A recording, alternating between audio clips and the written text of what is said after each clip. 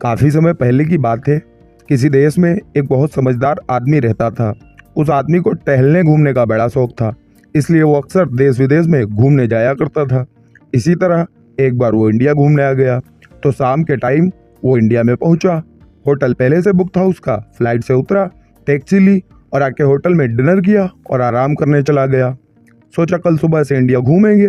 तारीफें तो बहुत सुन रखी यहाँ की कि यहाँ बहुत सी अलग अलग भाषाएं बोली जाती हैं, बहुत से अलग अलग पहनावे हैं, बहुत से अलग अलग पकवान हैं, बहुत से अलग अलग धर्म और जाति हैं, मगर फिर भी सब लोग मिलजुल कर भाई भाई की तरह रहते हैं। उसने सोचा कल काफी मजा आने वाला है और ये सोचकर वो सो गया। सुबह होते ही वो होटल से बाहर निकला और एक टूरिस्ट प्लेस पहुंचा। वहाँ बहुत से लोग थे। किसी ने धोती कुर्ता पहन रखा था, किसी ने पैंट शर्ट पहन रखा था, किसी ने पैजामा कुर्ता पहन रखा था, औरतों ने किसी ने साड़ी पहन रखी थी, किसी ने बुर्का पहन रखा था और सब लोग एक ही टूरिस्ट प्लेस पे इतनी शांति और मोहब्बत से एंजॉय कर रहे थे। उसको इंडिया की ये चीज़ बहुत ही पसंद आई। उसने एक फैमिली से बात करने की कोशिश की, जो कि फैमिली वहीं पे घूमने आई थी।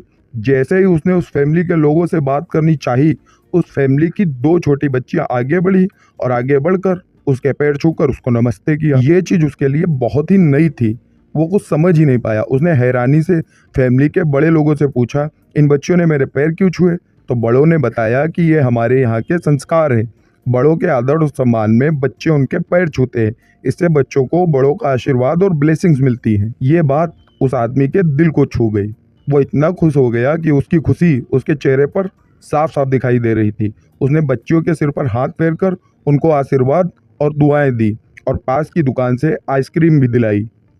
उसने यहाँ के अलग अलग पकवान खाए, अलग अलग ऐतिहासिक इमारतों पर घूमकर लोगों के मुंह से अलग अलग भाषाएं सुनी। उसको इंडिया बहुत ही ज़्यादा पसंद आया। एक दिन वो एक मार्केट के पास घूम रहा था। वहाँ एक ट्रक से अनाज की बोरियां उतारी जा रही थी। एक 60 साल की उम्र का बुजुर्ग अपनी पीठ पर उन बोरियों को लाद कर दुकान के अंदर रख रहा था और एक नौजवान लड़का ठाठ से कुर्सी पर बैठकर बोरियों की गिनती कर रहा था।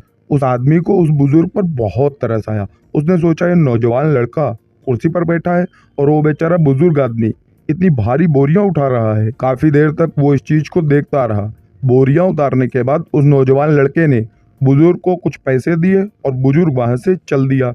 इस आदमी ने उस बुजुर्ग को रोका और बोला, अंकल आप इस उम्र में इतनी भारी बोरियां क्यों उठा रहे थे, वो भी चंद पैसों के लिए? आपके लिए पैसा क्या आपकी जान से भी ज्यादा अहमियत रखता है? बुजुर्ग ने उदास होकर जवाब दिया, बेटा बात अहमियत की नहीं जरूरत की है। जब इस पैसे को अहमियत देनी चाहिए थी तब मैंने इसे खूब बर्बाद किया। आज ये मेरी जरूरत बन चुका है। बुजुर्ग ने बताया, जो लड़का कुर्सी पर बैठकर बोरियों की गिनती कर रहा था, जिसने मुझे बोरियां उतारने के बदले पैसे दिए हैं, वो मेरे पुराने दोस्त का बेटा है। एक जमाने में इसके पिताजी से ज्यादा पैसे वाला मैं हुआ करता था। जब हम सब दोस्तों का ग्रुप शाम को मस्ती करने के लिए बाहर निकलता था तो सारे दोस्तों के खर्चे मैं खुद उठाया करता था और इसके पिताजी एक एक रुपया सोच समझ कर खर्च करते थे। उस वक्त इसके पिताजी को हमारे सारे दोस्त कंजूस कहकर चिढ़ाया करते थे।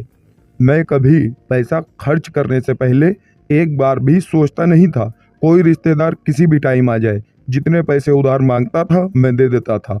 फिर पैसे वापस मिले या ना मिले इसकी परवाह नहीं की मैंने कभी। इसके पिताजी ने कई बार मुझको समझाने की कोशिश करी कि क्यों इतना फालतू पैसा उड़ाते हो दोस्त, मगर मैं पैसे और जवानी के नशे में चूर था। मैं कहता था पैसा तो हाथों का मैल है, खर्च करने के लिए ही तो कमाता हूँ। फिर जब मुझ पे बुरा वक्त आया, मैं बीमार हो गया, मेरा काम धंधा बंद हो गया। काफ़ी पैसा जो मेरे पास था वो मेरे इलाज में लग गया।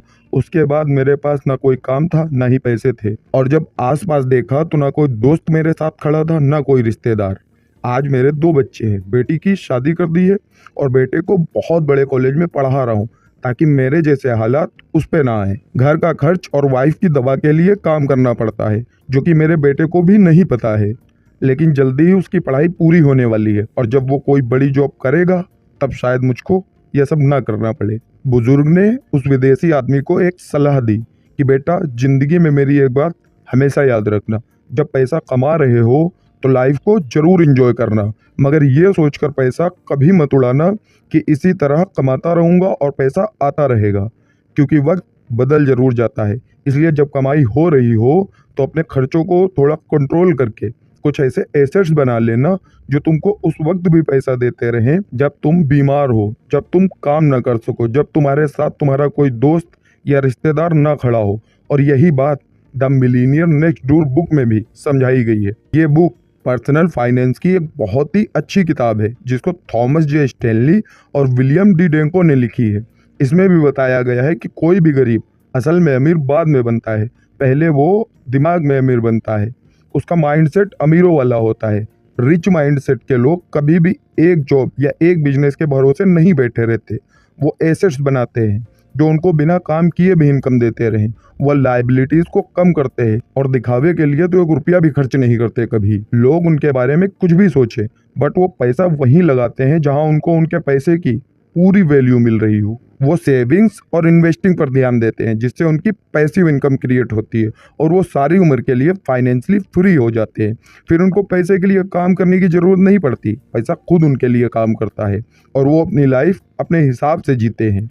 और अगर आप अभी तक ये वीडियो देख रहे हैं तो मुझसे गारंटी ले लीजिए आप भी एक दिन अपनी लाइफ में फाइनेंशियली फ्री जरूर हो जाएंगे, क्योंकि आपका माइंडसेट भी अमीरों वाला है। वरना गरीब माइंडसेट के लोग तो कब का ये वीडियो छोड़कर जा चुके होंगे।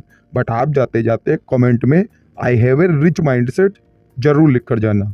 जय हिंद।